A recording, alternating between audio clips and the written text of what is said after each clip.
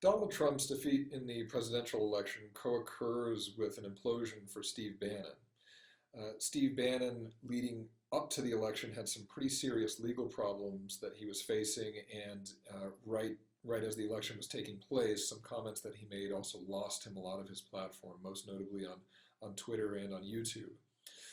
But I don't think that we should assume that traditionalists will see the defeat of a particular political leader as equaling defeat more generally.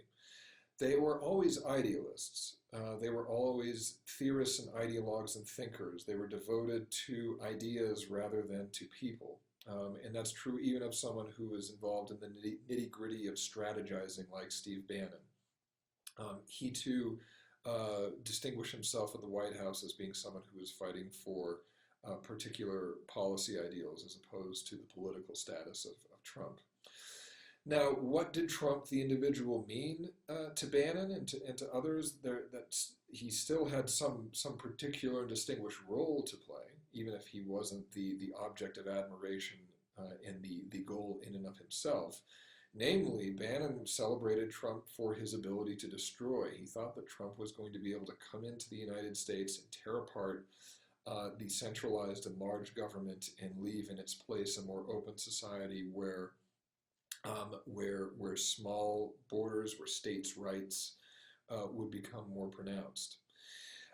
And in that sense, the loss of Trump could be viewed as a setback. On the other hand, bear in mind that traditionalists typically read history as being fatalistic.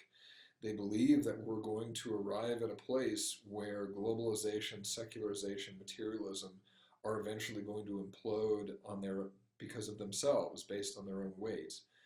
And so I would expect to hear some discourses that are very much standard and have been standard for traditionalist-minded thinkers on the political right, on the far right, for decades. And those would be that really what you need is a presidency like Joe Biden. You need a globalist. You need a more typical liberal president to push the tensions further, to advance the time cycle further. And if you do that, it will collapse on its own weight. Steve Bannon, Alexander Dugin in particular, diverged from that way of thinking by believing that now was a time to act, and that if they brought certain people into power, that they could actually do something to change the currents of time. But that's a diversion from the standard. And so I think the traditionalists could find motivation for themselves to continue believing as they do, and also to feel a bizarre stroke of optimism in the face of surface level political defeat.